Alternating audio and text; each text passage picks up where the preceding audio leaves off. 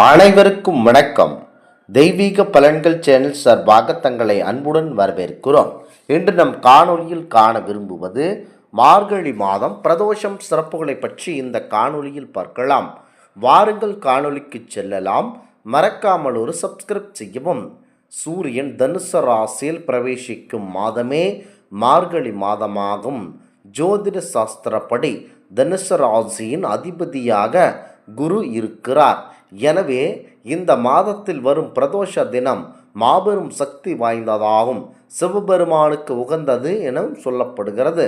புதன் பகவானின் ஆதிக்கம் அதிகமாக இருக்கும் நாள் என்பதனால் இந்த நாளில் வரும் பிரதோஷம் மாபெரும் சிறப்பு மிக்கது. முக்கியமாக மிதுனம், கன்னி ராசி மற்றும் லக்னத்தை சேர்ந்தவர்களுக்கு புதன் தசை, புதன் புத்தி நடப்பவர்களுக்கு ஜென்ம ஜாதகம் தோஷம் நீக்கும். புதன் நீச்சம் பெற்று வருவதனால் கெடுப்புலன் நீங்கும், கல்வி சிறக்கும், அறிவு வளரும். படிப்பில் ஆர்வம் இல்லாதவர்கள் கூட நன்றாக படிப்பார்கள். அப்படி பிரதோஷ தினத்தன்று மாலை 4:30 மணியிலிருந்து 6 மணிக்குள்ளான சிவபெருமானுடைய கோவிலுக்கு சென்று பிரதோஷ காலத்தில் செய்யப்படும் சோம சுக்த வலம் வந்து நந்திதேவரையும் சிவபெருமானையும் சண்டிகேஸ்வரரையும் வணங்கி வர வேண்டும். பின்பு கோவிலில் உள்ள நவகிரக சன்னதியில் இருக்கும் குரு பகவானை வணங்கி பிறகு சிவனுக்காக பிரதோஷ வழிபாடுகள் செய்து கோவிலை 3 முறை வலம் வந்து வணங்கி இல்லம் திரும்ப வேண்டும். பொன் எனப்படும் தங்கத்திற்கு அதிபதி குரு பகவான்.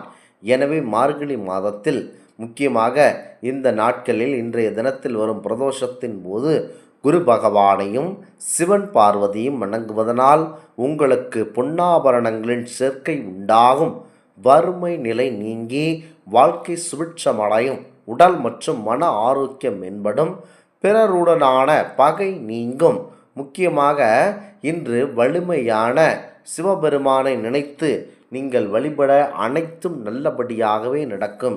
ஏனென்றால் இந்த மாதத்தில்தான் பரம்பொருள் சிவபெருமான் அனைவருடைய நலனுக்காக ஆழகால விஷத்தை உண்டதாக சொல்லப்படுகிறது.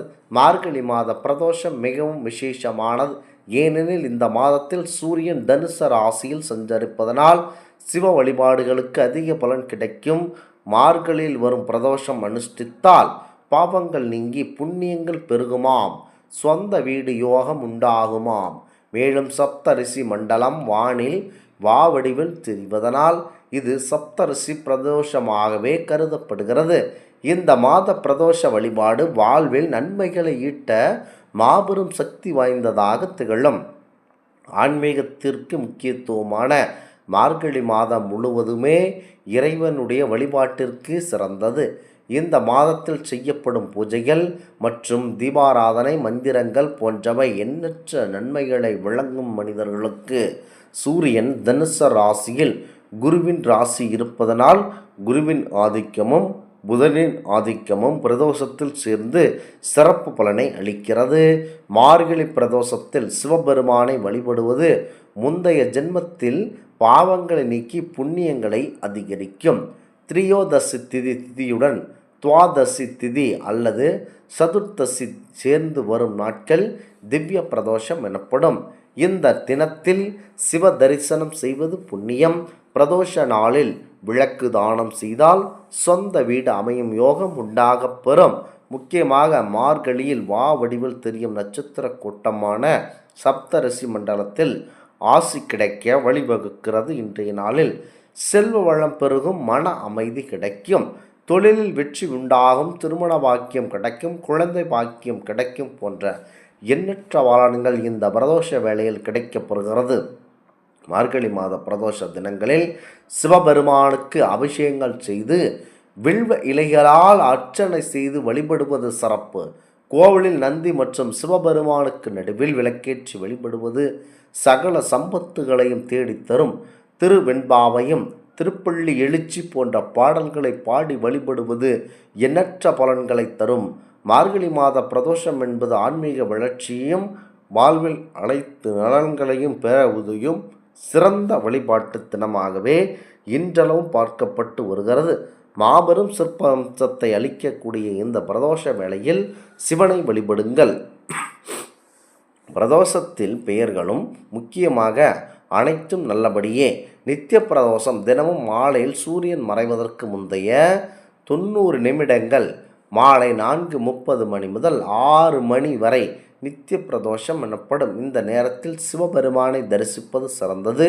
5 வருடம் தரிசித்தவர்கள் சிவனருளால் பிறப்பற்ற நிலையை அடைவார்கள். பட்ச பிரதோஷம் அமாவாசைக்கு பிறகு வரும் வளர்பிறையில் 11வது திதியான திரியோதசி திதியன்று வருவது மாத பிரதோஷம். பௌர்ணமிக்கு பிறகு வரும் தேய்பிறையில் 13வது திதியான திரியோதசி திதி என்று வருவது திவ்ய பிரதோஷம். துவாதசி திதியுடன் திரியோதசி திதி தேர்ந்து வருவது அல்லது திரியோதசியுடன் சதுர்த்தசி சேர்ந்து வருவது திவ்ய பிரதோஷமாகும். இந்த தினத்தில் சிவபெருமானை தரிசித்தால் முன்ஜென்ம பாவங்கள் அனைத்தும் தீரும். தீப பிரதோஷம் பிரதோஷ நாளில் விளக்கு தானம் செய்வது. இந்த நாள் சிவன் கோவில் தீபங்கள் ஏற்றினால் சொந்த வீடு கட்டாயம் அமையும் உண்டாகும். அடுத்ததாக சப்தரிசி பிரதோஷம்.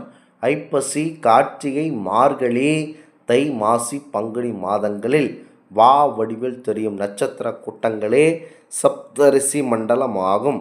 பிரதோஷ வழிபாடு முடிந்தவன் சப்தரிசிகளை மனதில் நினைத்து கொண்டு வழிபட்டால் திருவருள் குருவருள் அனைத்தும் கிடைக்கும்.